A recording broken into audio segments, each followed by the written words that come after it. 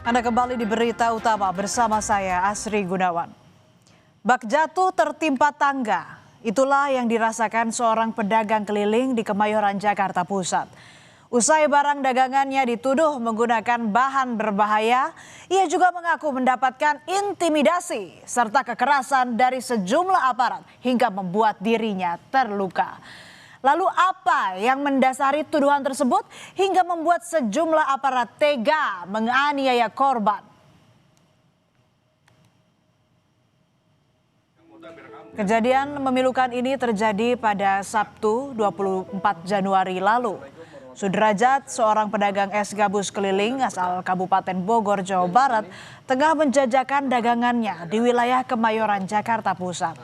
Pekerjaan yang telah ia geluti selama 30 tahun ini terhenti ketika sejumlah aparat memanggilnya untuk membeli es gabus yang ia jajakan.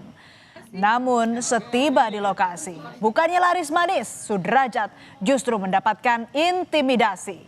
Ia dituduh menggunakan bahan berbahaya pada makanannya. Assalamualaikum warahmatullahi wabarakatuh. Saya bersama Pak.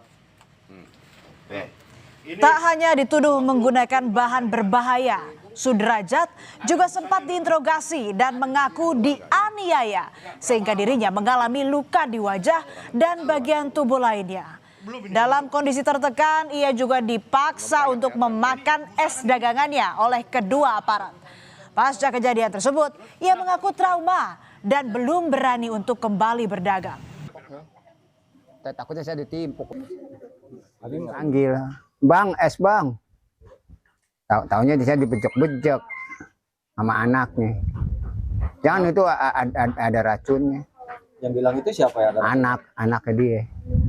Datang. Marah-marah saya ditonjok cetot. Berapa kali Bapak dipukul? 5 kali. Usai dianiaya, korban juga mengaku disekap di sebuah pos selama 1 jam dan tidak diberi kesempatan untuk keluar. Selama disekap, Sudrajat dipaksa mengakui adanya kandungan bahan berbahaya pada dagangannya. Namun ia tetap dengan pengakuannya jika es yang ia jual menggunakan bahan yang aman. Perlakuan para aparat ini meninggalkan trauma mendalam bagi dirinya. Sempat disekap atau gimana Bapak? Disekap, dikunci sama dia. Suruh makan. Bapak emang biasa jualan di sana ya Pak? Iya, ke Kemayoran. Biasa langganan saya ke sana Kemayoran. Gaduh es gabus mengandung bahan berbahaya. Tim Keamanan Pangan Dokpol Polda Metro Jaya langsung melakukan uji laboratorium terhadap es gabus tersebut. Dan hasilnya seluruh sampel mulai dari es gabus, es kue, agar-agar hingga coklat yang dijual Sudrajat dinyatakan aman dan layak dikonsumsi. Petugas tidak menemukan adanya kandungan spons atau kapas seperti yang dituduhkan. Petugas juga telah mengunjungi langsung lokasi produksi es di daerah Depok, Jawa Barat. Hasil penelusuran memastikan proses pembuatan es gabus telah sesuai dengan standar keamanan pangan yang berlaku. Setelah dipastikan es gabus dan sejumlah barang dagangan Sudrajat tidak mengandung bahan berbahaya, aparat yang sempat mengintimidasinya pun mendatangi Sudrajat untuk meminta maaf.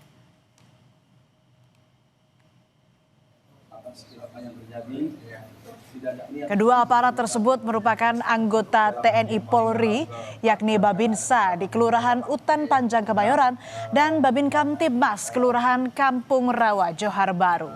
Pasca viral, keduanya mendatangi rumah korban dan menyampaikan permohonan maaf kepada korban.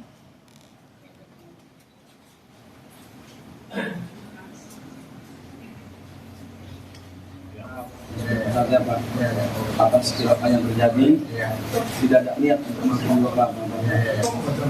Kabar itu Pak, tidak saya Pak. Insya Allah kedepannya Pak ya, tidak ada masalah lagi, kita hidup bahagia Pak ya, belum berkait semuanya Pak ya, masih Pak Jadet ya, Ibu masih ya. Walaupun hasil pemeriksaan tim keamanan pangan Dokpol Polda Metro Jaya menyatakan tak ada kandungan berbahaya pada es gabus, polisi masih menunggu hasil uji klinis dari Dinas Kesehatan DKI Jakarta dan Laboratorium Forensik Polri. Trauma akan kejadian yang menimpanya, Sudrajat pun belum berani untuk kembali berjualan. Namun karena kasus yang dia alami ini viral, Sudrajat pun kini kebanjiran dukungan. Tak hanya itu, bantuan pun berdatangan ke rumahnya. Mulai dari bahan pokok, kebutuhan usaha, hingga bantuan untuk melanjutkan pendidikan bagi anak-anak Sudrajat dari pemerintah setempat.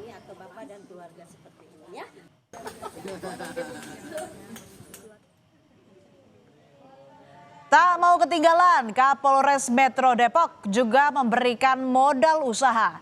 Ia bahkan menyerahkan 1 unit sepeda motor untuk Sudrajat. Meskipun Sudrajat bukanlah warga Depok, namun secara wilayah hukum, Bojonggede masuk ke dalam wilayah hukum Kota Depok. Sebagai bentuk kepedulian, Kapolres memberikan bantuan agar Sudrajat dapat kembali memulai usaha.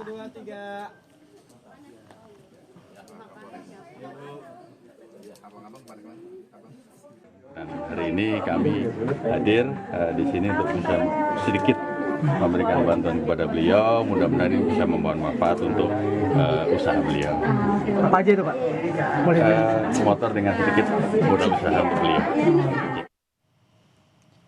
Sudrajat mengaku senang dan mengucap syukur banyaknya dukungan dan bantuan dari warga dan pemerintah setempat kepada dirinya pasca mendapatkan intimidasi. Ia merasa bersyukur namun masih belum mau kembali berjualan dalam waktu dekat karena masih trauma.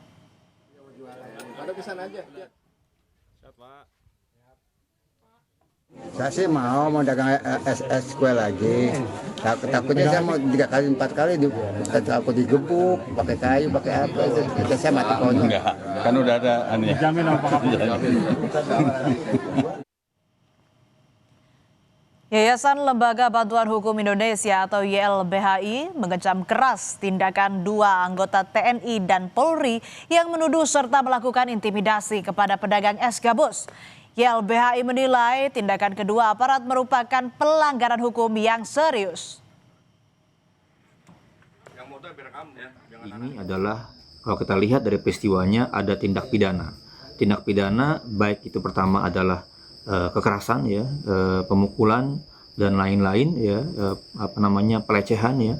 Kemudian juga ada penyebaran disinformasi. Ini jelas menyebarkan berita bohong ya, palsu kepada masyarakat tentang makanan yang dilakukan.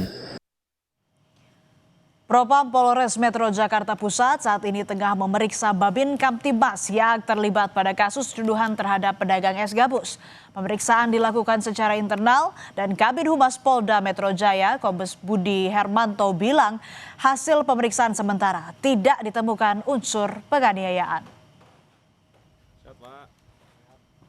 Kabid Propam Polda Metro Jaya masih mendalami apakah ada unsur kesengajaan, apakah ada penganiayaan. Tapi disampaikan tadi malam oleh Kapolres Metro Jakarta Pusat tidak ada unsur penganiayaan.